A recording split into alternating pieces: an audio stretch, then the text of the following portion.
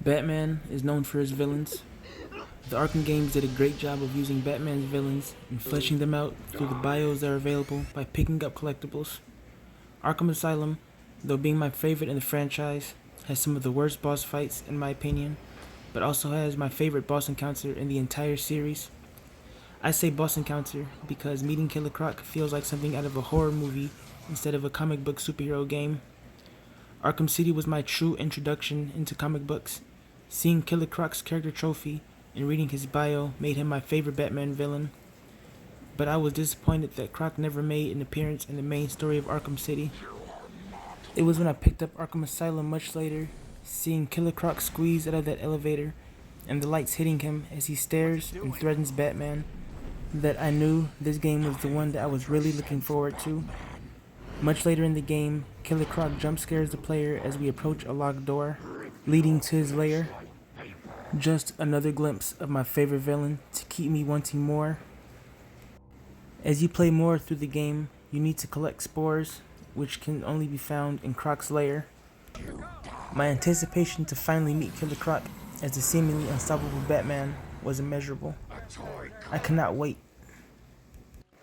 As you get through another Scarecrow section, it appears to be the end of the line for Crane, and it is, as Waylon Jones bursts from the sewer waters and seemingly devours Jonathan Crane.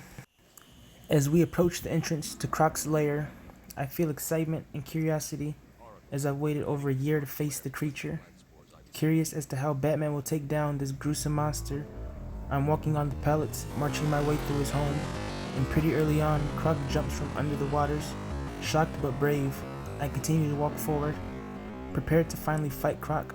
Not entirely sure what will happen. I'm ready for this long-awaited battle, except it's brought to a quick close as Croc grabs Batman and brings him to the depths below. I sit there confused as the game over screen shows Croc taunting me and presumably devouring our hero. I quickly realize I couldn't fight Croc hand to hand. I was expected to use a different strategy. I was struck by fear as this wasn't an action-based boss fight. This was a survival horror encounter. I remembered in the cutscene early on, Batman threw a battering at Croc, setting off his collar, causing him to retreat. I figured I'd try that method. I retry and test this strategy. It ends up setting off Croc's collar, causing him to lose balance and fall into the water. But Croc got way too close, which got my heart racing. I felt my hands shaking as I realized Croc was still in the area, hunting Batman as he collected the spores. I was there to fight Croc. Batman was there to find the ingredients to complete his grocery list and manufacture a cure. Batman, unfazed, walks through this hazardous zone, unable to move quickly without giving away his position to Croc, but also having to be ready for Croc to catch his scent and force a confrontation. This encounter is the perfect balance between patience and haste, as you collect all the spores and ready to leave. Croc, in a desperate attempt, begins destroying the pallets that Batman walks on, forcing the Dark Knight back towards the entrance in a rush. But the gate closes, leaving Batman cornered with Croc at the end of the tunnel. Little did Killer Croc know, Batman came prepared and had explosive gel placed on the fragile floor below.